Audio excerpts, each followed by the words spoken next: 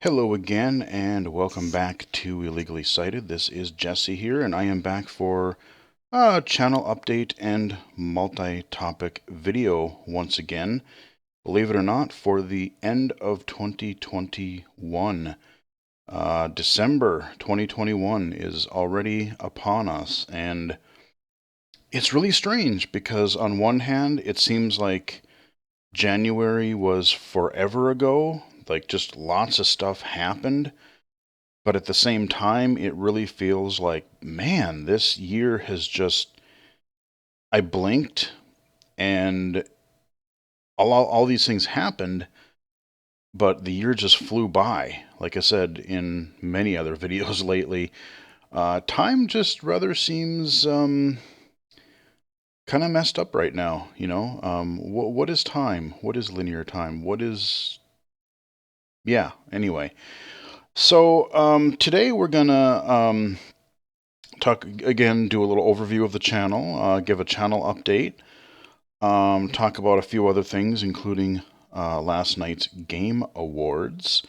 I want to talk about some things there, both as far as the overall show and what they did, and some accessibility stuff as it relates to the show itself and the Innovation in Accessibility Awards. So that'll be one section. And then I'll do kind of a rundown of my thoughts on some of the trailer and teaser announcements of the show. And thank you to, I totally forgot, I'm sorry. Whoever it was that had requested and mentioned last time I did one of these monthly update videos, to just try putting chapter breaks in them. So if you want to look in the description below and a particular topic interests you, you can jump to that timestamp in the video. And it's actually really, really easy to do. It took me about 2 minutes to figure out, to research how to do it, and a few more minutes to actually try it for last month's video. So when I do multiple topic videos like this, especially channel updates and things, I will do that if I can. And you have to have at least 3 timestamps. So if it's only like 1 or 2 topics, but they're just really long, I won't be able to. But if it is a multi-topic thing, yeah, I will put timestamps in. So thank you for that suggestion. It's pretty easy to do and good idea. So glad I'm actually making use of that feature. So channel update time. Well, like I said, I think we had just surpassed last month 3,000 subscribers, or I forget exactly what it was, but we're doing okay. We keep getting people subscribing to the channel. So to anybody who has recently subscribed, thank you, very much appreciated. Probably got some viewers from XR Access, maybe. Probably got some viewers from one of the recent presentations I did, or guest appearances I did on Vision Forward Tech Talk about, what was it, 2 weeks ago now?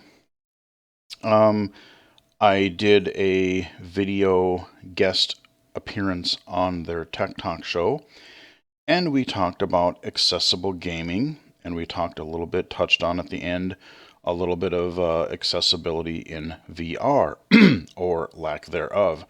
I did tweet it. You can follow me on Twitter at BGFH79. Go back a couple of weeks and you'll find it, or you'll also find it because you can link to external videos on your playlists. I did put it in, I think the game accessibility playlist is where I put it, because that would make sense. So you can find it there, but just do a search for Vision Forward Tech Talk Live. It'll be one of their most recent videos. They did one literally again yesterday, but I was the one right before that. So it was a lot of fun. We had a great conversation. There were 3 of us talking and just talked about mainstream games, blind accessible games, all kinds of stuff there. So that was a lot of fun, and maybe maybe the channel got a few subscribers and viewers from that appearance. So again, thank you to those guys for inviting me on for that show. I had a good time with it, so very, very cool.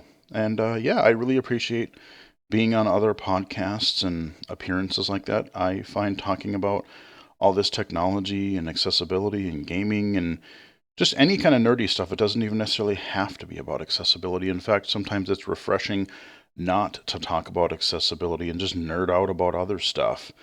So that's fun. Thank you to them for that. But yeah, so the channel is doing well. There's been regular videos. I've been focusing quite a bit more on recent games and such that have come out lately, instead of getting through some of my games backlog and things like that. But we've had a lot of different things. I've been doing streaming, so we've done some of that. But we have Hot Wheels Unleashed here. Really fun little arcade racing game. Guardians of the Galaxy. Man, I wish this game was totally blind accessible for like navigating the environments and the puzzles and stuff, because if there's any game that has just a really fun story and literally there's got to be at least 20 plus hours of dialogue in that game, and I'm not talking cutscenes, I'm talking like gameplay dialogue. I mean, just watch the low vision spotlight for Guardians of the Galaxy, because I mean, they're talking all the time, and sometimes it's plot related, sometimes it's just them bantering and chatting back and forth. It's just really good. I really really enjoyed Guardians of the Galaxy. Yeah, we got our old Toby stream there. We got a iOS accessible app here. Um, so we got some stuff there.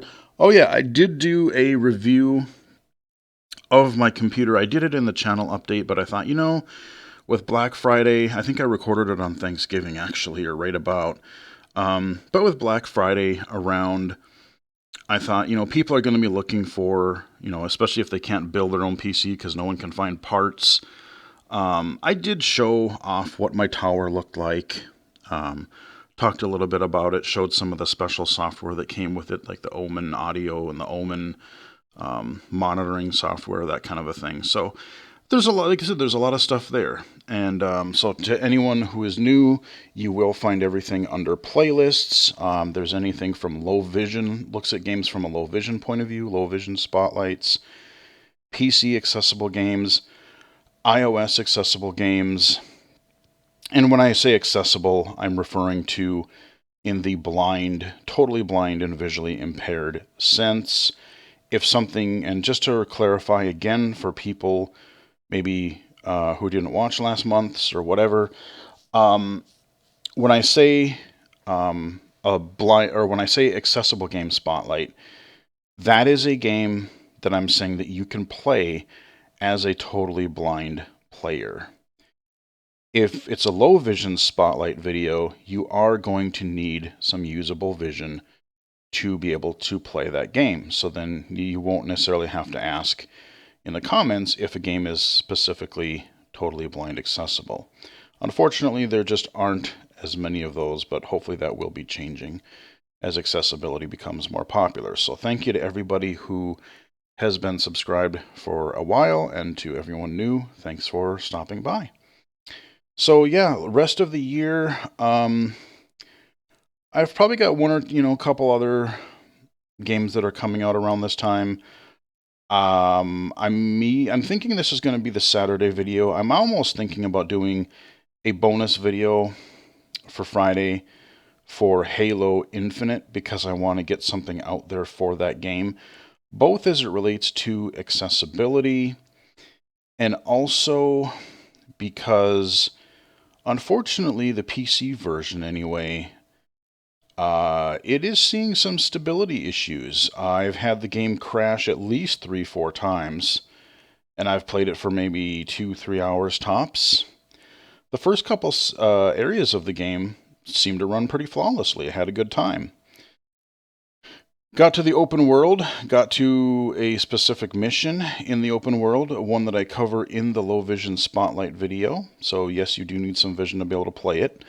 But I've had at least 2 or 3 crashes to the desktop. And I've had one crash where it flat out rebooted my machine it just screen went blank, and then my system rebooted. So, and when I looked online, apparently other PC players are having similar issues. So I really, really hope this gets fixed because the mission that I'm currently in right now, I know I could try to go do something else due to the open world, semi-open world nature of the game, but it is like every time there's a certain point in the mission that I'm in where it will crash every single time. And I kind of want to tweet that out and at least, have the developers see it to go, hey, what's up with this? You might need to fix this bug because I cannot progress. And I think it's one of the main kind of quests for the game. So I have really mixed feelings because gameplay wise, it's a lot of fun, and I really kind of like the a little bit of open world mechanics with the Halo combat. But with the stability issues and crashing and whatnot, it's making it hard for me to want to play it right now. I really do, but I don't know that I will until something gets patched a little bit. So we'll take a look at that. There's still one more hardware review that I kind of want to do. I got to get around to recording the video. It won't take long. Um, but all the games for the year are pretty much released. Halo Infinite was really our last big release of the year, in my opinion. I think was it on Microsoft's console? What is it called? The Gunk or something, which is a really bizarre. I'm not quite even sure what that game is, but that's supposed to be out, I think, like next week. So I think that's really the last semi-major game that is really coming out. Um, so from then on, we're just going to keep doing game videos and tech videos and whatever else happens. Of course, toward the end of the year, we're going to do our kind of typical year in review type of thing where I kind of look at, again, not quite sure how I'm going to do it this year, but the last couple of years I've been doing it where I kind of go throughout the year. And like I said, I'm not really necessarily going to do a top 10 or anything, but just kind of go throughout the year and look at what games came out, what technology came out, what happened in the world of accessibility, assistive technology, accessible gaming. It's just kind of fun to look back and see what has all happened because, like I said, somebody will say something. I'm like, that happened this year? Oh, yeah, I guess it did. So I'll be doing those toward the end of the month. I probably will have to start recording those fairly soon because I'm not quite sure how many videos those are going to be. But, so we'll be doing that at some point in the near future. Hope everybody does have a happy holidays no matter what you're doing, whatever you celebrate or don't celebrate. This year, again, I'm not sure that I'm really going to be making it home for the holidays. I'll be going home next summer for a little bit for a family thing. But with COVID spiking again and new variants and all this, I just really want to kind of keep our family safe, and especially, like I said, there's some stuff with that, and then I do have some work appointments kind of right up before Christmas, so we're going to be keeping busy. So that is kind of a channel update. I have been streaming on Twitch lately, really kind of getting into Godfall. I have it on the PS5, played it a little bit there, but I got it for cheap on the PC as well, and with my new graphics card, and especially with the PC controls, keyboard, and mouse, I'm actually really enjoying it. I'm three of the four realms in right now, and I need to get back to it probably this weekend here, and I'm having fun with it. So you can still check out the stream archives on Twitch, twitch.tv/illegally cited, while they're still there. Eventually, they will be uploaded and unlocked on a future Monday Stream Archives video. So, yeah, keeping busy there, doing some streams every now and again. So, there is a channel update. Other things going on, like I said, nothing too much out of the ordinary. Just mainly been busy with work and a couple other projects coming up that I can't really talk about right now, but I have a couple of one or two opportunities in the near future that I'm going to be working on. That's pretty fun. Still working with XR Access. They're kind of doing a revamp of the way their meetings work and everything. So they're not going to be meeting quite as often, but they are going to be focusing more on, actual kind of like hard deliverables. So, like, oh, let's make some prototypes of stuff and let's see if we can, make them so that people will want to adopt them or give them examples of how to do accessibility. So, there's going to be different groups in XR Access that are going to focus on different aspects of virtual and augmented reality accessibility. So, still involved with them. Really like that organization. It's pretty cool. Still doing stuff with Microsoft, the Microsoft Low Vision Advisory Board. That's been pretty fun. So keeping busy with that. And like I said, I have a couple other opportunities coming up here, which is going to be fun. Could be pretty cool. And otherwise, that's about it. The main topic for today is the Game Awards show. For the past several years, Jeff Keighley has been doing the Game Awards. They came out on Spike TV originally, and they were, for what they were meh, okay, but it was pretty cringy.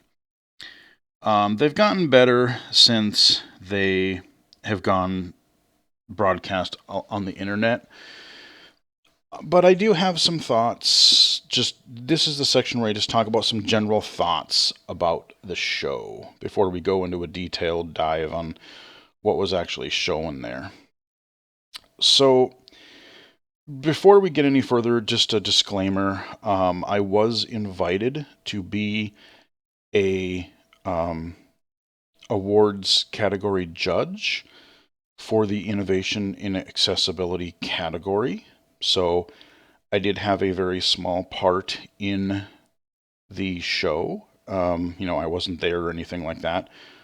This isn't, like a paid gig or anything. I just did it. It was just kind of a cool honor to be asked. But just a disclaimer saying I did have a very small piece of involvement in the show going forward. That being said, I'm still going to be perfectly honest with my thoughts. So, the Game Awards show, they started with a half-hour pre-show, and then their whole Game Awards festival thing was basically about 3 hours long, which was pretty long. And it was okay. There were definitely some games that, that would be fun to play. Definitely interested in that. I don't necessarily think there was any major surprise. It was just like, oh my god, I have to play that. I'm so pumped. I'm so excited. A lot of the games we'd either known about, or maybe we finally got to see a little bit of gameplay footage. There were a couple of surprises that we had never seen before, and we'll get to those in the next section. But, it was just, there was a lot of announcements. There were some world premieres. There were some, like I said, trailers and things like that. And they had, what was it, 3 or 4, somewhere between 3 and 5 musical guests. They started out with Sting, and he did some, I forget what game it was even for, but he did some song that was, they were related to the Game Awards, or to gaming. They had Imagine Dragons, they had their Game Awards show orchestra. And, I don't mind it. I may not like every song or every type of music or band that they have, but that's, any kind of show like this. But I understand you kind of want to, mix things up a little bit, entertain the crowd a little bit.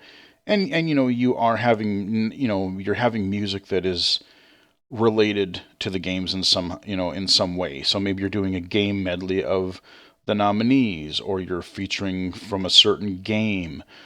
So that does make sense, and I don't really mind that.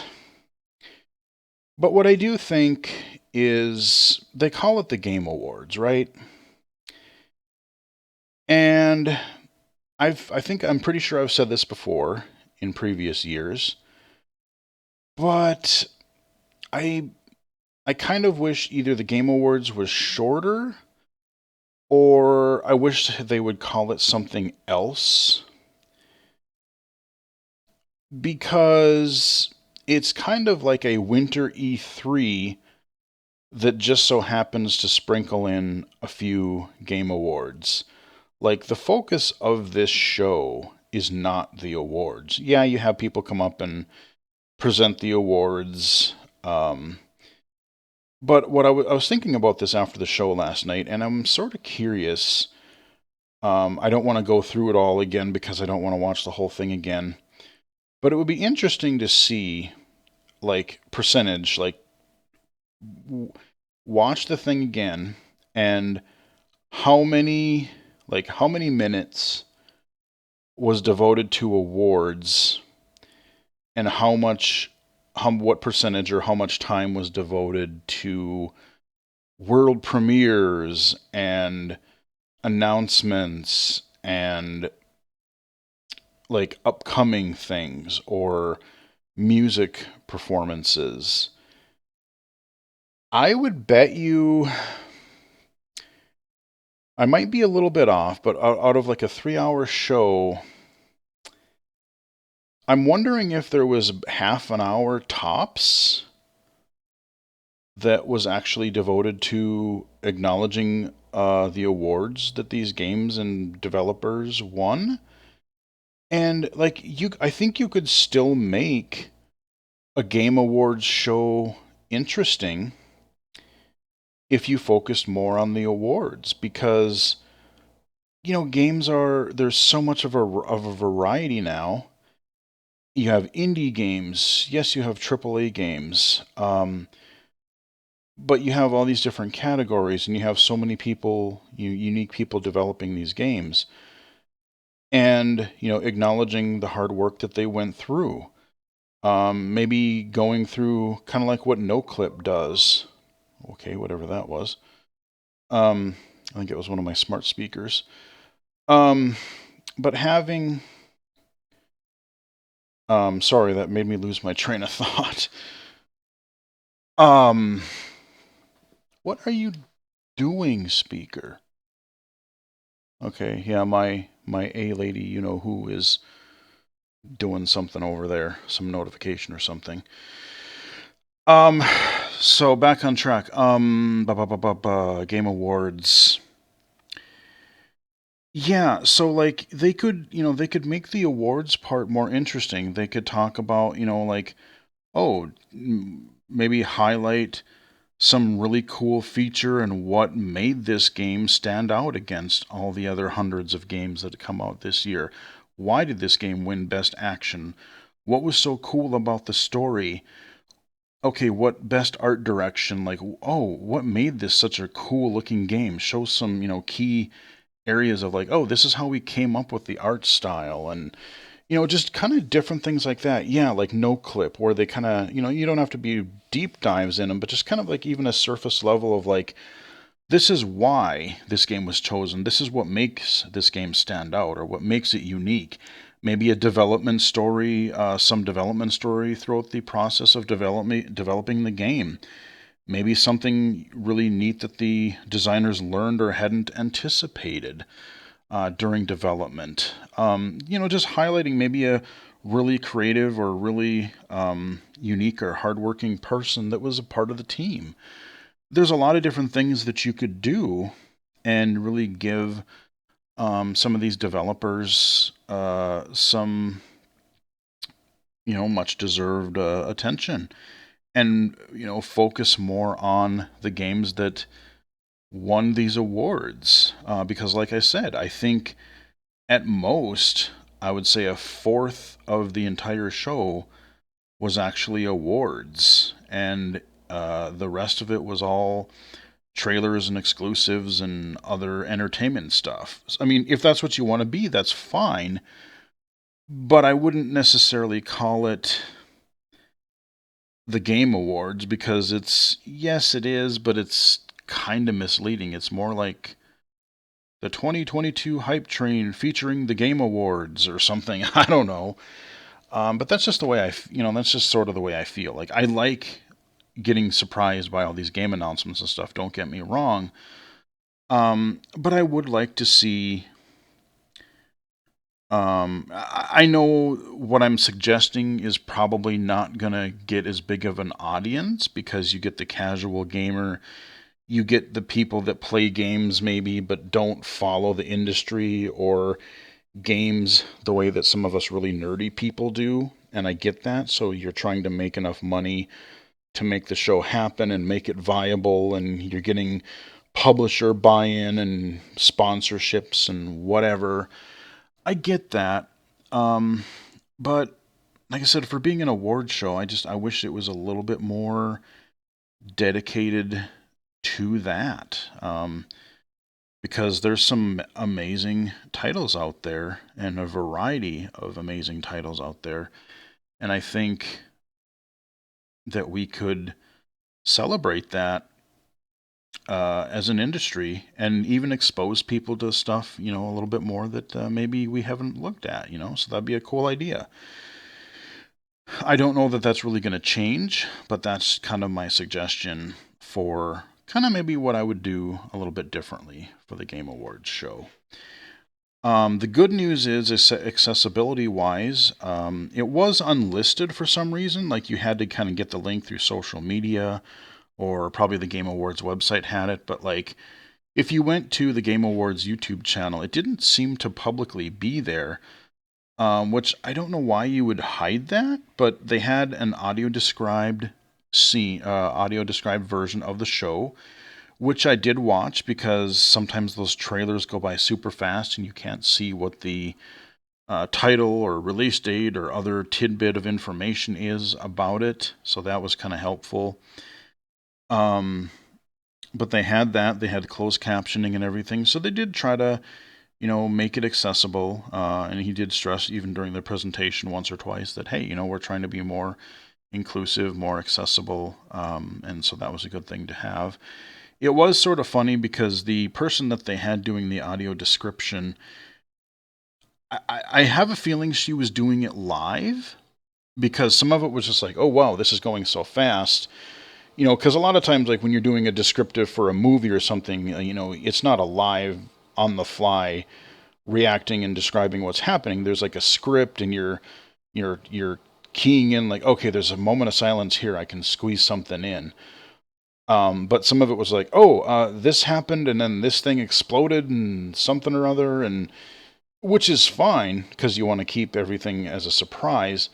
But I thought it was just kind of interesting because you could kind of tell it was like, okay, well, I think we're improvising a little bit here.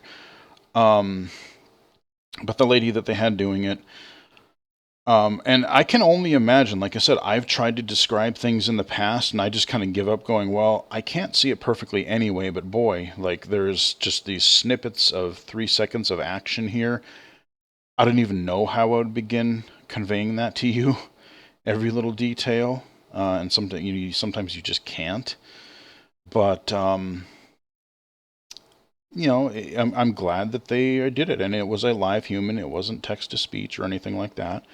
So it was a live person describing the stuff.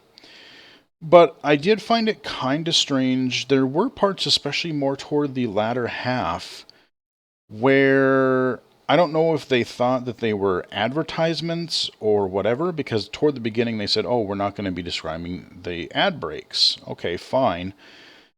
But there were some announcements and stuff where they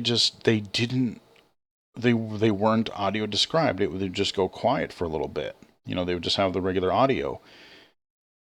Um, so I'm not quite sure what happened there.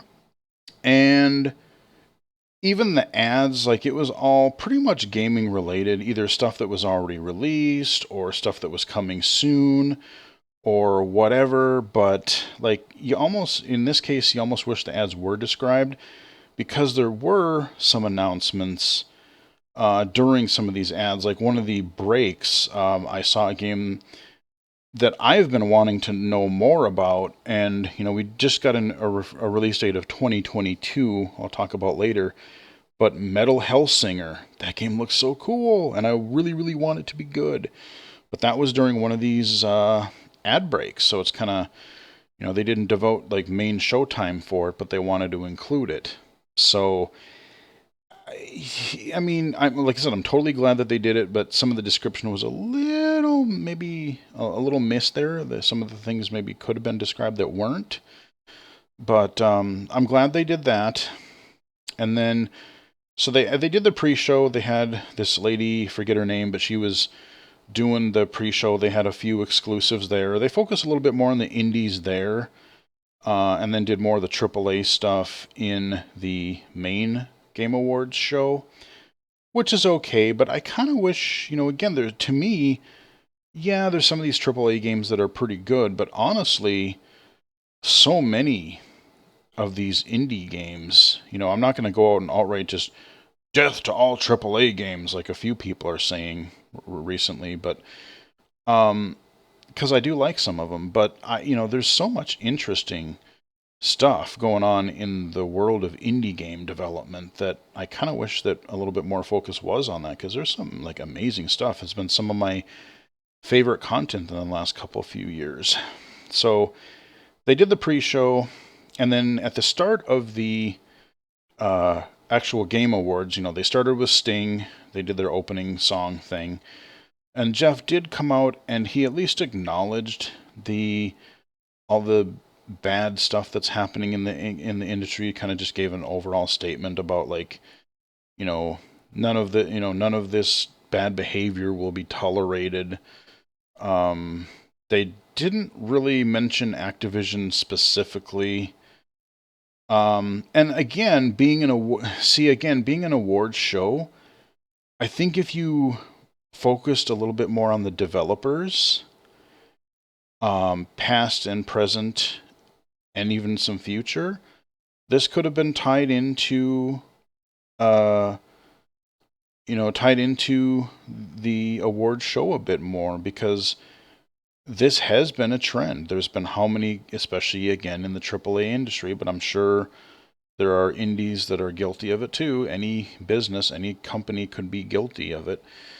All the crap we've been hearing for the last, 2-3 months at least for Activision Blizzard. The stuff that we've heard from Ubisoft, we've heard from at least a good half a dozen companies. Like I said, the funny thing is I'm sure some of EA companies or, branches have been involved in some of this too, but God, it's like we're almost, like EAA is almost actually starting to look good compared to some of these other companies. Like Activision is just, we thought EA was bad, but Activision has definitely given them a run for their money in being just a shit company right now, at least in the upper management. And that's the hard part is, again, you want to recognize, okay, you don't want to feature games from these companies and reward their horrible practices. I get that, and I respect that, and I agree with it largely. But then some people, the argument is, well, you have the management. It has the good in the company has to come from management down, which is true. But the people that are in the trenches and are making the good games, and if it's tough because you want to keep them so the people that are still working can still have a job and keep making games. But again, that's the only thing that these executives see is money, money, money, financial profit, money. So you really have to speak with your wallet and say, we're not going to cover these things. We're not going to buy these things. It hurts the workers, but it's clear by this point that these higher ups don't care about the people that are making them gazillions of dollars. So the only way that we can really do anything is, attack them. Hopefully they won't make as many zillions of dollars. Is it really going to make a difference? If a few people don't buy the game, like they would have to have a mass boycott for them. Something like Call of Duty or World of Warcraft or whatever, pick your big franchise, Assassin's Creed, you're going to have a boatload of people to make them even really feel it. Um, but it is a shitty thing. And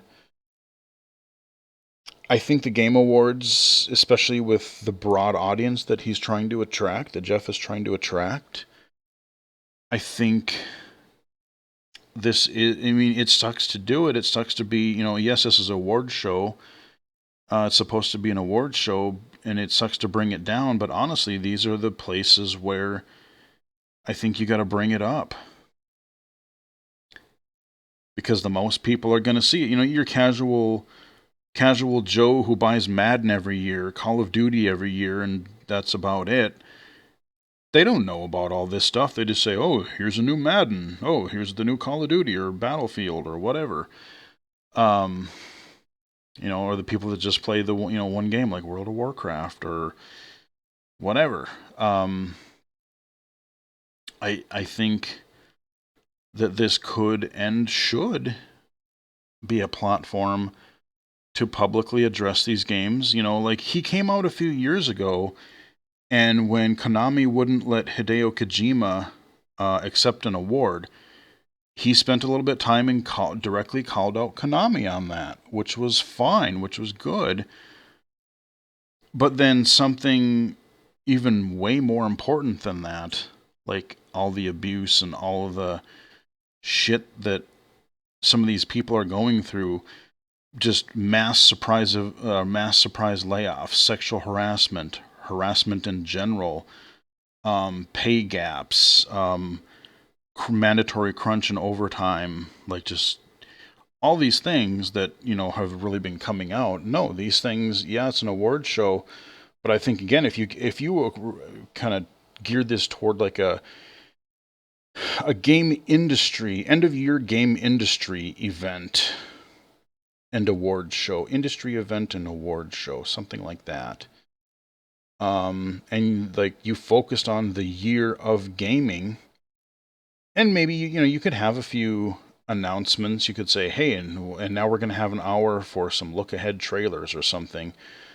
But focus on the awards. Focus on what got these games here.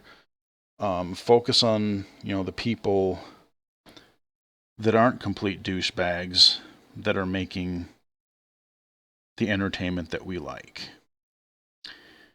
So that is my overall sort of thoughts on the Game Awards show. I wish, I'm glad they have audio description and closed captioning and stuff like that. He did a general statement on the stuff happening in the industry. Like I said, I don't believe he mentioned Activision specifically. He just kind of did this broad, generic statement, which is okay, sure. I'm glad he acknowledged it, but like I said, I would have called him out more specifically because, boy, there's some really, really shady stuff going on in some places right now. And but like I said, the awards or the a lot of the trailers and announcements, which we're going to get to here shortly, were cool, but I don't know. I really had mixed feelings on the show. And before we get into the breakdown of the show, which will be the next chapter break here, I do want to mention specifically the accessibility stuff. I already talked about the audio description and closed captioning and stuff for the streams, but the innovation in accessibility category, which again I was invited to be a panel judge for that category. It was really cool to see that being a part of the event for the past 2 years now. I've been a judge for both years. Thank you for inviting me to both, actually. This time, Forza Horizon 5 won, which I think is a good choice. Let's see, there are other nominations. I'm trying to remember them all. Ratchet and Clank was one. The Veil was one, which was a great thing because it was a small little indie game. Of course, people who watch this channel know all about The Veil. Ratchet and Clank, Far Cry 6 was in there. There was one more, I think. What was the other one? I can't remember. But I just did a video on Forza a couple weeks ago, and talked about its accessibility quite a bit. And it has its gaps, especially when it comes to blind accessibility. You can play the game to some extent if you are blind, but again, what I mentioned in the video before was that you have to rely a lot on basically auto steering. Like, you just hold the right trigger down, and you maybe do a little bit of slight steering here and there, but basically you hold the right trigger down and just let the car follow the line, whether you're finding your way to or an event waypoint, or whether you're in an actual race. You kind of just you hold down the trigger and kind of let the autopilot do the rest. So you don't have a lot of fine-tuned control over the driving in the game, and I think that's like for the next iteration of Forza. I mean, they're getting there. They're getting close. So honestly, like, keep doing what you're doing as far as all the other accessibility features. But that is one major area where I think you could really improve. Again, that's a lot of the games is navigation and waypoint assists. Like, you're getting the text to speech, you're getting different aspects of like aim assists and things. A lot of these games, but like the actual getting around the environment, whether it's a linear or open world environment, for blindness, that's one of the key things that is needed. But I'm largely okay. I'm largely glad that Forza won. Like I said, they did do a lot of other accessibility stuff. They had a lot of input control, audio settings, everything with like the different game assist. That's been in there for quite a while, but they've added a few more. You have the racing line. You have subtitles. You have all kinds of different options and control configuration settings, and it's just a solid game. It's a fun game. So the fact that it caters not just to one disability group specifically or one group of people specifically, at least like they didn't hit it out of the park in all areas, but at least they did a good broad representation of trying to get as many groups as possible to be able to enjoy the game more. And again, while it's not a perfect experience for blind, I think the fact that at least, you can, even if you're going through the events, you can listen to the dialogue, you can hear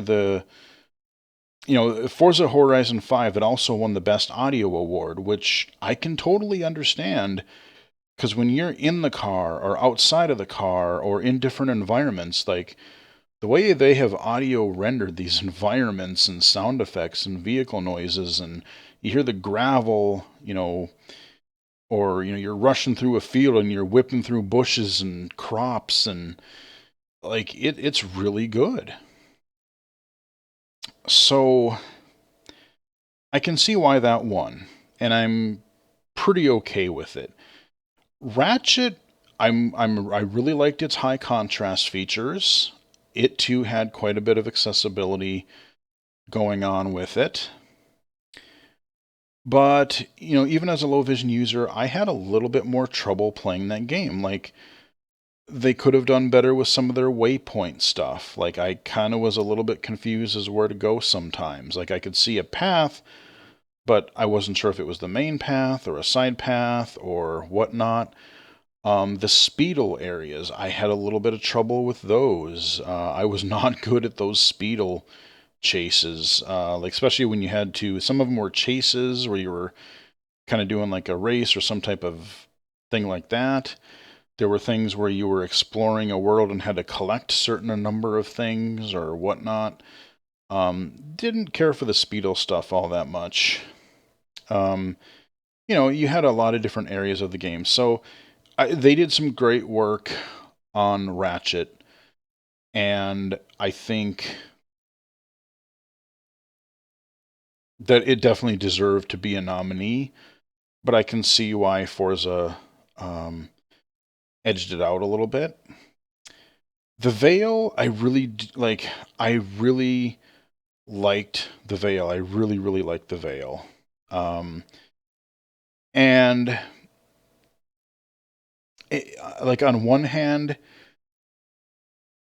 it serves a group that is overlooked by pretty much every game in the category. Blind players. This is a game that blind people can play. But unless unless you are willing to forego graphics, um, just sighted people in general are not willing to give up their vision. They must do everything visually. There is no other sense besides vision, I swear to God. So, I don't know. There's not a lot of options for. Actually, I don't even know if there's any control options really to change, like customize controls or like subtitles. I'm trying to remember if there's those or what extent there is. Because it would be hard for a deaf person to play that game because there's so, you know, it it's a really really great accessibility game for one group of people, but not like I said, if you're deaf, it's going to be really hard to play an audio game. Um, but again, that you could make that comparison.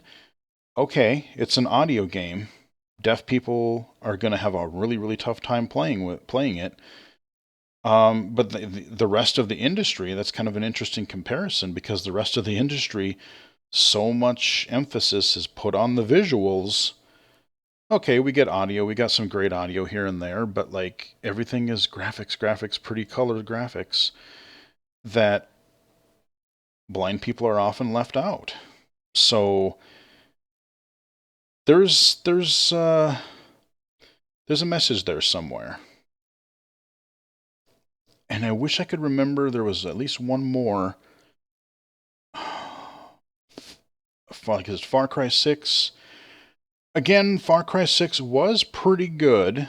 It had the text to speech, it had control options, it had subtitle options, but these damn waypoints, man, like these little, they just put a triangle, or not a triangle, a diamond shape somewhere off in the distance, and you're gonna spin around to try to find it in this sea of really detailed graphical environments.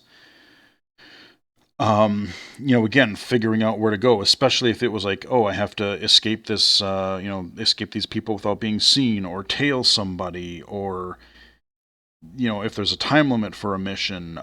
There's things that can inherently be frustrating without the lack of some kind of a better in-world navigation system. And again, blind players, there's not enough navigation assists for a totally blind player to even begin really playing that game independently. So Forza Horizon 5, that does make sense. So with that is going to wrap up my kind of overall thoughts of the game awards show. Now I just want to go through some of the game announcements themselves and just give a few of my thoughts and let you know what was actually announced. So they had the King of Fighters, new content for that. I can't remember if it's a new game or like an expansion, but I'm terrible with the King of Fighters. That game, talk about a visual craziness. There's like all these particle effects and craziness going on. Boy, yeah, I don't know. I'm not good at those kind of games, but they started out with they had something with that. The Expanse, I don't really know a lot about what that game is. I think it's like some kind of a third person type of thing, but it looked kind of interesting. And these are not going to be in any order, by the way. I just kind of put them in the order that I kind of thought of them, and then I looked up some ones that I knew I had missed. Star Wars Eclipse. Graphically it looked good, but I don't really know what kind of game this is. Because again, this is one of my other frustrations with not just the Game Awards. I'm not going to pick on them because E3, any number of these shows are guilty of it, have been guilty of it for as long as I can remember. But they say, "Oh, here's a in-game trailer," or they won't say, they won't say pre-rendered necessarily, but they'll kind of word it like it's an in-game or it's a in-engine or whatever. A lot of times they'll just say cinematic trailer, and that's at least a little more descriptive. But like, okay, the first time you show a game, you're doing a teaser or something, sure, cinematic. But these aren't movies; these are games. And a lot of the trailers that were shown, even for games that are coming out like soon, like Elden Ring, we'll get to.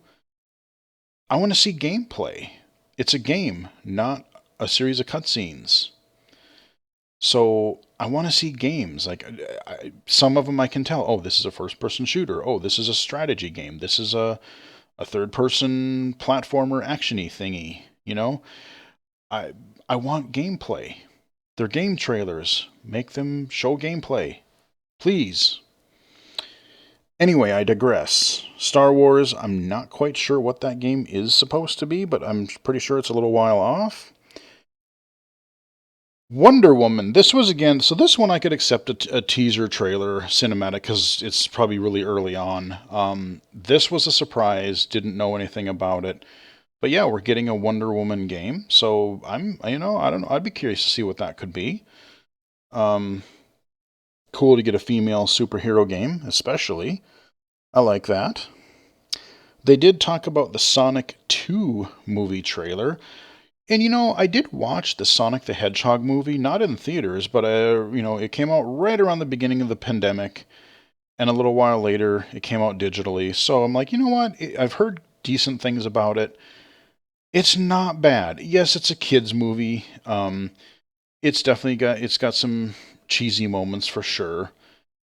But you know what? For a live action video game movie, geared to be a family movie, it's all right. I kind of got a chuckle out of it here and there. You had Sonic the Hedgehog, you had him in the real world, Jim Carrey as Robotnik. I got to admit that was pretty great. That was kind of great, and he's back for the second one. That actually kind of makes sense having Jim Carrey as Robotnik. I'm looking forward to seeing more of that. But now we're going to have Tails and Knuckles are both going to be part of the second movie. And you know what? I'll see it. I don't know if I'll see it in the theaters, but when it comes out again digitally, sure. I'll take a look at it. And I think that's like, was it early next year sometime, like Marchish or something like that? So that was cool. We also had Sonic Frontiers. And that one, they didn't really show gameplay, but they showed what I'm presuming is like in-world stuff, like in-engine, and it kind of seems like it could. I don't know if it's going to have some sort of an open world twist to that. How are you going to do that as Sonic in a 3D open world? I mean, look at how kind of jank a lot of the 3D games are to begin with. I mean, there's neat potential, but again, the recent Sonic games, especially in 3D, the recent track record has not been good. So I'm going to leave that up in the air and wait until we really start seeing some footage and hearing people play it to see how that thing actually controls. Horizon Forbidden West. That was supposed to come out this fall, but they delayed it for some polish, and so they didn't have to crunch as much. Good for them. That game looks pretty darn solid. That'll be good. Final Fantasy VII Remake coming to PC next week. So, yeah, if you're into that, want to try it out on the PC, you'll be able to very soon. Returnal. Now, again, I'm not going to do every award because again, I'm trying to remember what games won what awards, and not a lot of attention was paid to them. So, um, I'll try to do the ones that I remember or that I really want to acknowledge. But yeah, most of this is just going to be like all the trailer announcements. But I do have a few awards sprinkled in here. Returnal won kind of a best action game, which, I played a little bit of it, Returnal on the PS5. I like the idea. Um, Kind of the bullet hell dodginess of it was kind of neat. They had these giant, like, glowy bullets, but I was so terrible at that game. It was hard. I've even heard fully sighted people, some players, say that it's pretty darn tough. And it was one of those sort of roguelite type of games where no matter how, like, if you died, you were going back to the beginning of the game, and then, you had excuse me, a randomized world.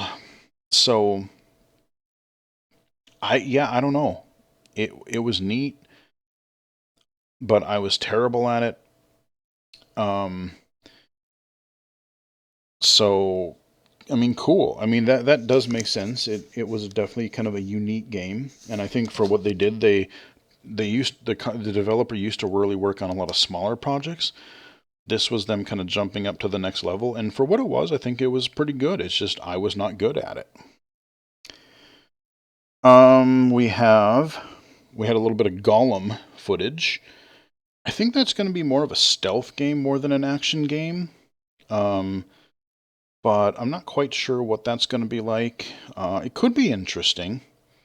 I do like Gollum as a character. Not quite as into Lord of the Rings stuff as much as I used to be. For a brief time, I was kind of into it when the movies were coming out, but then as each one of those Peter Jackson movies kind of, I really liked the first one. Second one was, and then the third one was, I really didn't care for all that much. So anyway, Gollum, that could be kind of interesting. Cuphead is getting an expansion next year. I forget the exact name of it. Something like Delicious something or other. So it's kind of got this food-based theme. There's some new environments and levels and bosses and things. Cuphead is a really unique art style game that I really want to like. But again, there's no difficulty settings. It's some of the art style itself, visually, I was watching footage of it, and it's like, it looks graphically really neat, but for me being low vision, there's stuff in some of the levels that would just be really hard to see, especially with some of like the bullet hell kind of stuff or just the different things that are happening. It would be really tough for me to get through visually, on top of it being notorious for being a very hard game. Because I think they added an easier mode later, but then like that mode you can't complete the full game. Like you say, oh yeah, that's cool, you beat that, but in order to get the real ending, you have to play it on a harder difficulty. Not too keen on that, but again, they did a musical performance beforehand, and then they announced some new content for it. So I mean, cool. Like I said, that is a super unique art style game, and that is a really creative thing that you need to see more of in the industry. Um, Deathloop, kind of a best direction. And again, like I really like the art style. I like the presentation. I haven't done a video on it yet because I kind of want to try to give it another chance. The problem is, at least in the beginning, my character is really not powered up very well.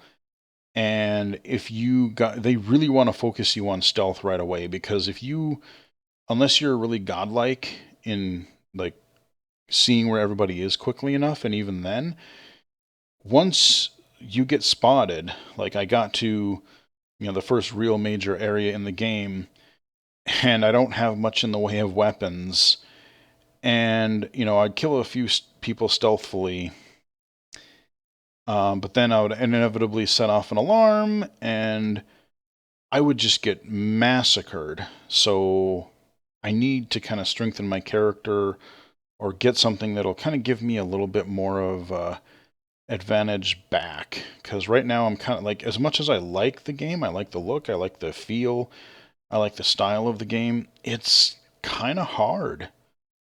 And I don't know if I just wasn't in the mood or I just was having a bad day when I played it before, but I do want to give it another chance because it's a game I was really looking forward to and I really wanted it to be good. So that's congratulations to Deathloop. Oh, I can't remember the full name of the game, but there was an early game early on, kind of a 2D slasher type of game where you were playing death, and it had this really cartoony art style. Looked really neat. It's coming to early access, I think, early next year. So that'll be kind of a neat game. I wish I can't remember. I was trying to find the name of the game and I couldn't find the name of the actual game, but it looks pretty cool. What? I'm not quite sure what I wrote here. I made a typo.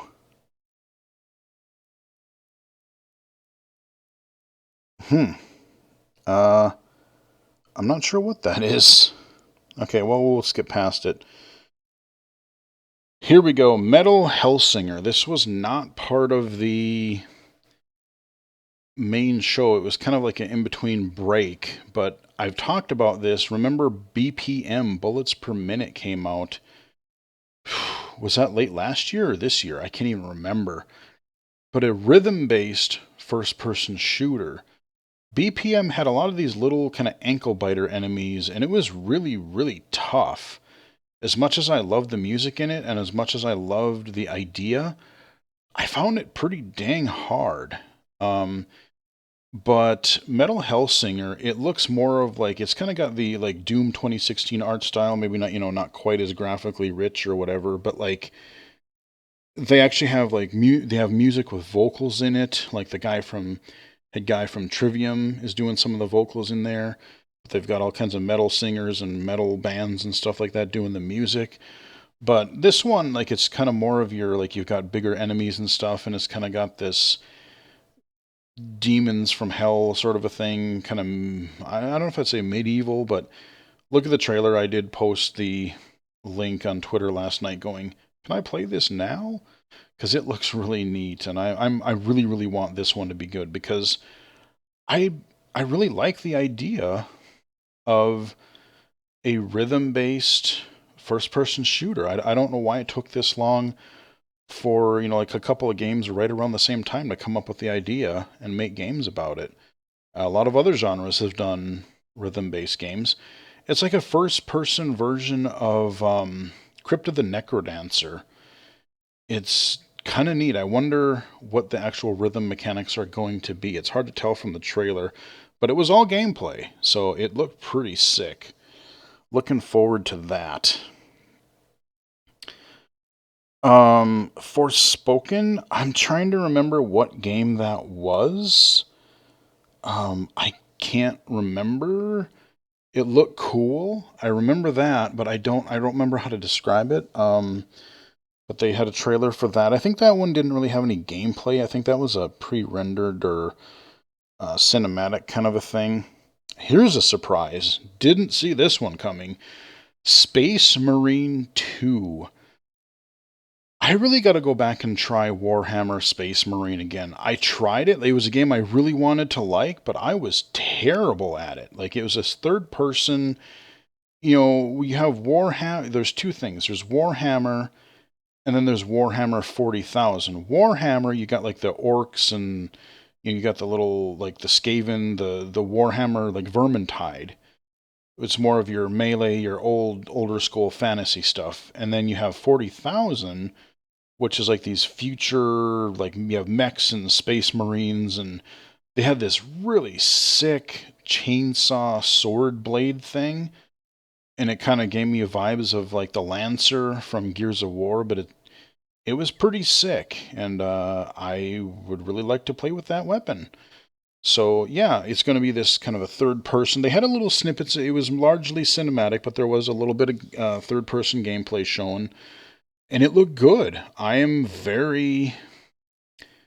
I'm very intrigued to try this one out. I don't remember if they gave an actual release date for it. I think at most maybe 2022, but it looked cool. This is one I'm definitely interested to learn more about. Space Marine 2. I should go back again. I think I own the original on Steam. I should take a look at that again. Like I said, I was just terrible at it as the problem. I still remember the orcs, like you had these space orcs, it was like Space Marine. Just the way they talked, it was really funny. Let's see what else we got here. Oh, they did show some Saints Row gameplay. I know a lot of people were kind of down on the announcement last year. I thought it looked pretty ridiculous. I was trying to look out to see if they had any like accessibility stuff, like seeing some of the open world. Again, one of the games I always refer back to is like when you're doing a mission, they got those glowy arrows in the world. That and Red Faction Guerrilla were the first couple of games I really kept mentioning for how to do open worlds more accessibly, at least for low vision.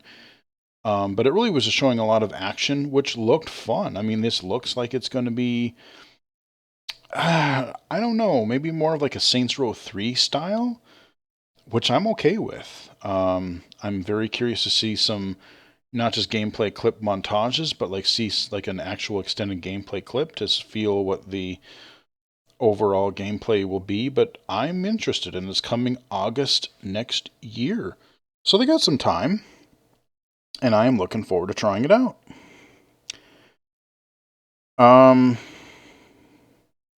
Suicide Squad, they showed a little bit of gameplay for that. That could be interesting. Again, you're playing the bad guys, so again, that's a nice little twist. Going after some of the DC superheroes. It looked actiony, but I think this is supposed to be more like strategic or something. I don't quite know how the gameplay goes. But it does look interesting. They had a lot of voice acting and this giant like open world environments it looked pretty good. So that could be good. Tiny Tina's Wonder World, the Borderlands spin-off. If you like the humor of that, you'll really like this game probably. I'm mixed on Tina. Some of it I think is really cringy. Some of it I think is really funny. But I'm sure the gameplay should be pretty solid. I kind of like the idea. They alluded to this in one or two of the missions in one of the previous games where you were kind of playing this weird Tiny Tina D&D type of mission event in the main game, and so they're kind of spinning that off into its own thing, and I think it could be kind of fun. You can even get weirder with some of the weapons or some of the mechanics, so I'm kind of curious to see how that's going to go. I think that's in March, if I remember correctly. Dune, I'm not quite sure. I think that's more of like a strategy type of game or something. I wasn't quite sure. I'm not a huge Dune guy, not Doom, but Dune with the spices and space and deserts and that kind of a thing. Crossfire, I don't know what to think about this one. I think it's going to be, I think that's the like multiplayer kind of a thing. Probably going to be team based. I don't know if I'm going to get into that a whole lot, but it could be interesting. I think that's what that game is. Like I said, there's so many, it's hard to remember exactly what each one. Plague Tale Requiem. This one could be interesting. I have yet to play the first game. I want to play it. I was going to get around to playing it, and I just never had. It's a third person, kind of a stealthy kind of a game. And the main thing I remember about the first one, and they showed it in the second too, it's, again, a plague tale. So they're, going through all these environments, and one of the mechanics is there are literally just hundreds. You're going through all these dark areas, some of the, outdoor areas, but then you go in these dark areas, and there's literally hundreds, if not thousands, of rats. So if seeing a whole bunch of like trying to avoid, you try to light the area so the rats scurry away from you, but like, ew, if you don't like having those little buggers around you everywhere, I mean, literally they're just piles and piles of rats just swarming you. It's kind of creepy, actually. But it looks neat. This one almost seems to take more of like a actiony approach because it showed her like doing some light combat and stuff. So there's probably going to be a mix of combat and stealth. So I'm kind of curious to see what that's going to actually end up being. Um, this was a surprise. Rumbleverse. I think this is an Epic thing. I forget who made this, but coming to early access next year. It seems to be, it's a multiplayer game, obviously, but it seems to be melee based, and it's really kind of cartoony, kind of a Team Fortress 2 style. But the problem with a lot of these multiplayer games is they are, guns, and you got snipers and really cheap people, but like it looked to be more of like a melee focused game, which I could be about, but you kind of seem to have like superpowers or abilities because you showed like guys jumping around and climbing, clambering up buildings and stuff like that. All kinds of these really exaggerated characters, and I want to learn more about this. This is potentially one that I could maybe see myself trying. Rumbleverse. I was kind of pleasantly surprised with that. And they did show some Chivalry 2 um, expansion and content coming as well. I played quite a bit of Chivalry for a while. I have not gotten into Chivalry 2 yet, but it's one of those that I should try one of these days. So those are a couple other multiplayer games that were pretty good. I already talked about Forza in the accessibility portion, but they won the best audio and the Innovation in Accessibility Award, so kudos to them. Shout out again to Tara. She's part of the head of the Game Accessibility Conference and head of the accessibility team at Microsoft. So kudos, shout out to her. I met her at GAConf a couple years ago. Awesome person. Love to see you in person again. Elden Ring. Yeah, so this is coming out early next year. I want to say February. And like I said, it was more of a cinematic trailer. Yeah, it looked really good, but I would have rather seen some, just an extended gameplay clip. I want to see what the world actually looks like in combat more. That's what I wish I would have seen. Kind of a Dark Souls-esque kind of a game. Probably going to be really, really difficult, and we're going to have this difficulty versus accessibility conversation in a couple of months again. Yay, goody. But there is that. Arc Raiders. I don't know what to think about this. It's another multiplayer game, it looks like. Kind of a team-based spiel. Like I said, they did show, I think, a little bit of gameplay for it. I'm not quite sure the flow of it, like what it actually is going to be. It looked kind of interesting, but it's one of those that I don't know that I'll really get into unless there's like a massive amount of accessibility in it or something that'll make. Again, I kind of stay away from the team-based multiplayer games, and I've talked about why this is before, but being able to see friend from enemy and reaction time and getting sniped and stuff like that. So I don't know. We'll see. Oh yes. So it's not on PC, unfortunately. And being from Epic, I wish to God it was, because I got my fancy new graphics card that's all ready to go. I wish it was on the Epic Game Store. I might double check to see anyway. But The Matrix Awakens. We got the Matrix movie coming out later this month, and they have this interactive, it's not really a game, but they say it's this interactive experience. And it's on the Xbox Series X, or Series consoles, and the PlayStation 5. So I am going to fire up my PlayStation 5 this weekend and play or go through this experience and see what it is like. I guess there's some gameplay elements. It looked like there was a little bit of driving or shooting or something. But this is a demo of Unreal Engine 5, which I think I talked about in an earlier video around E3 when they were unveiling that kind of a thing. And it's really like, if it goes the way they want it to, movie studios are using it, game publishers are using it, or game developers are using it. And the way that it's working is like they're really trying to unify. So like, oh, if I make an asset, let's say I make a car, I could use that same car in the actual movie end the game and any other sort of media that you're using, and you can just kind of scale it to whatever platform you're on. But like the rendering and the way the worlds and the lighting and the technology used, I don't. It's all kinds of wizardry that I don't really fully understand. Um, but the little bits of like again footage that I've seen, it looks pretty incredible. So I'm very curious to see how this is going to go in the next couple of years. But gonna try out the Matrix thing this weekend. It Takes Two won Game of the Year, which I was genuinely surprised. I thought it was going to be Ratchet or, um, Deathloop. I I was genuinely kind of surprised. I have not played It Takes Two because it is only a co-op game. You can't play that by yourself.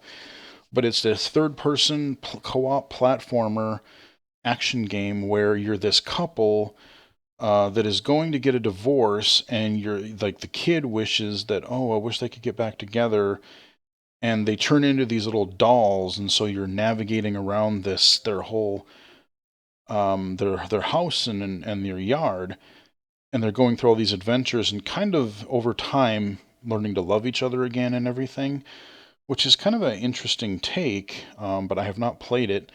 I've seen gameplay footage of it, and I like the art style. It looks neat, but yeah, It Takes Two wins Game of the Year, so that was rather surprising. And then we got a few games that I kind of had to look up or forget about because I wanted to mention. There's this, I don't know how to say, he was funny. Even the audio describer, she's like, she didn't say it, but she just spelled it out because she's like, I don't know how to say this. TCHIA. And it's kind of this like platformer puzzle adventure game. It's got a really nice art style to it. It kind of gives me a Wind Waker vibes. It's really bright, almost like a flat shaded look to it. I really, really like the look of it. That is coming out next year. That looked pretty darn interesting. We already talked about that. Slitherhead. Kind of a horror type of. I don't really exactly know what type of game this is going to be, but it looked really interesting. This was like from the Silent Hill people, if I remember correctly, and it looked really, really bizarre. There's like demons coming out of faces and all kind. It was bizarre. It was a weird thing. I really want to see what gameplay actually is for that game. Alan Wake 2. This was a very pleasant surprise. And again, shout out to Tara. I know she's been like, I want Alan Wake 2. I have covered, Alan Wake 2 is one of the first games I played when I moved up here to Minnesota again after I got my current job. And I played it on the Xbox 360 originally, and then I played it on the PC, but I really enjoyed it. I did do a video of it a while back, and it was kind of this like horror action game, third person action game with a really neat story and fun characters, good atmosphere, really good atmosphere, great audio. But Alan Wake 2, they're taking it more into a survival horror. So they said flat out, they're like, yeah, the first one was more of an action game. We think that the story that Alan Wake does is, we think we could take this into, this is Remedy's first attempt at a real try at a survival horror type of experience, which I think could be quite intriguing, but I think it's not out till 2023, if I recall correctly.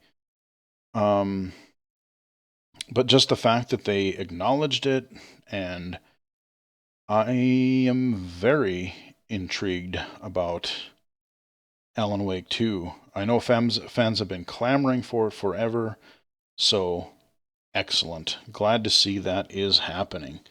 Alan Wake 2. Texas Chainsaw Massacre. I think it's going to be kind of like a Friday the 13th sort of deal, or what is that game? Dead by Daylight, where it's kind of like you have this horror villains against a bunch of survivors type of thing. So it's gonna be some kind of multiplayer uh, multiplayer game in that vein, if I had to guess the way they talked about it. So again, it sounds really interesting. I love the idea. I just don't think that I would be really good at it myself. But I like the idea. Even like I said, the Friday the 13th or Dead by Daylight, where Dead by Daylight, you have all these like classic horror villains. You know, you've got Freddy, you've got Pinhead, you've got. It's kind of like, remember when we covered that horror movie fighting game? It's kind of like, oh yeah, let's do that, but in an actual third person level based survival kind of a deal. So I love the idea of it. Among Us is going to VR. They announced a VR version of that coming sometime next year. And Resident Evil 4, that came out recently in virtual reality, won the VR Game of the Year. I can imagine the way that looks in VR. I could play it on my Quest, but again, unless it goes on a deep sale where I can maybe try it, I just have a feeling that aiming, again, I love third person, first person shooters, but on a flat screen, I typically have an aiming reticle. Although Resident Evil 4 was actually really hard for me because it had this really tiny laser sight that it was difficult to see in a lot of instances. And I just think I'm going to have trouble with like the puzzles and aiming and going through my inventory. There's aspects of that game that like I think like the overall moving through the world and stuff would be very cool in VR, but I just see some accessibility issues that I don't know that I'm willing to invest in unless it goes on sale. And until we maybe get, like I said, I've kind of put a hold on VR stuff on the back burner for now because there just hasn't been anything on the consumer side that is accessibility advancement here. Metroid Dread, um, they covered that and they mentioned it was like best action game, or I can't remember, because I mentioned another one that won an action game and I forget which. I got the categories mixed up, but they did win an award. That was good to see. I've started Metroid Dread, but found it really kind of difficult with seeing things on the smaller. Well, I can see it on the TV, but like the controls in it are not that intuitive because you have to like just to be able to aim at some of the Emmy enemies, these robot enemies. You got to hold like three buttons down and it just and do something really fast, and I just find it to be kind of clunky. So I'm not really in love with those types of missions, but it is what it is. Guardians of the Galaxy won Best Narrative, and well deserved. I mentioned that at the beginning of the video, but like they did win the award, and I think that like they could have won Best Soundtrack too, because man, the music in that game is, if you like 80s stuff, is super good. But again, presentation style, their story, their narrative, it is all narrative. And it is enjoyable. So very, very well deserved, I think, for them for that. Um, Hellblade 2, Senua's Saga.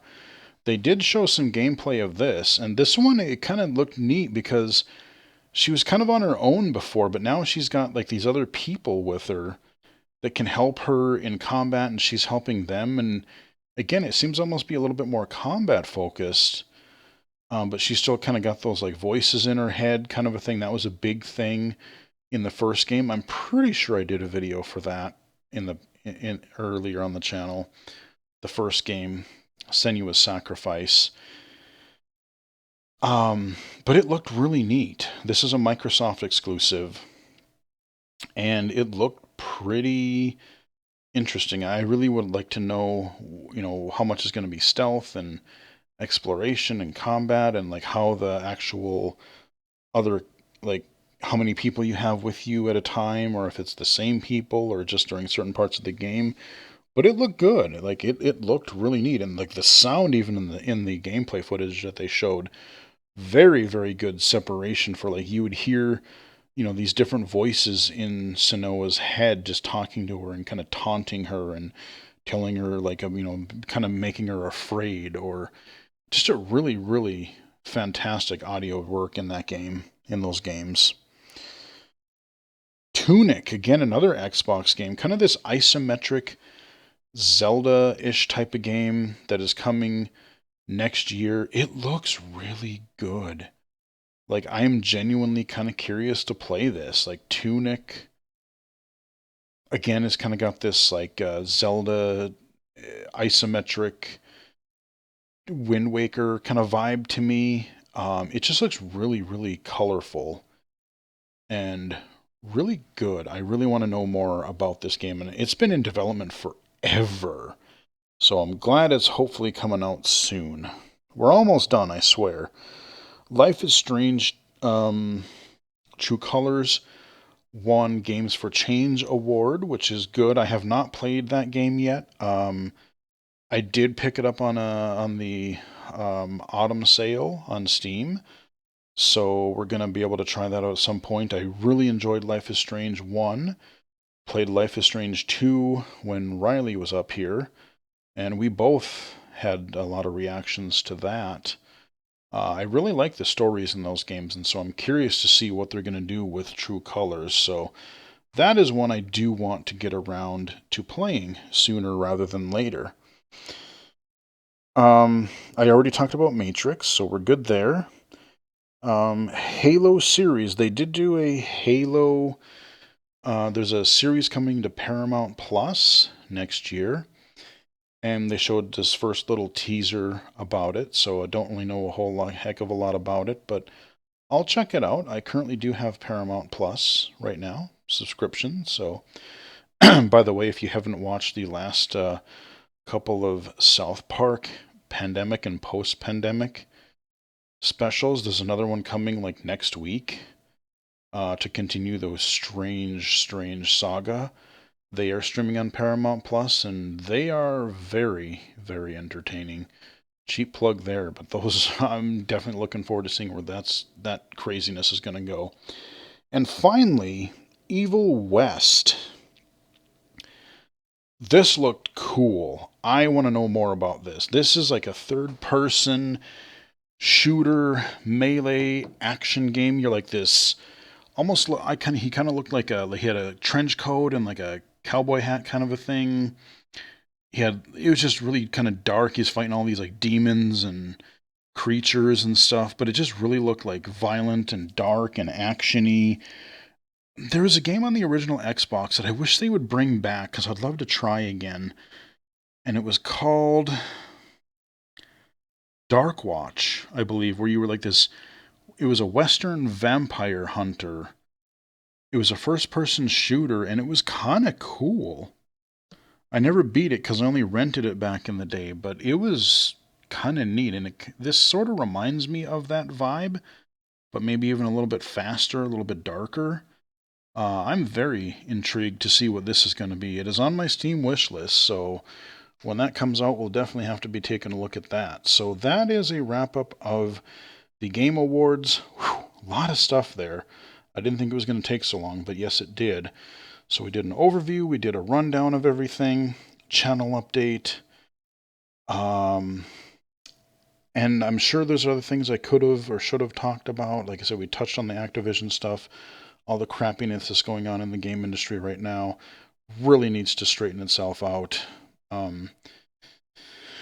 But yeah, so I mean, like I said, there's a lot of solid games. There wasn't that one game that just shouted, "Oh my God, yes, this is like the biggest surprise." Heck yeah!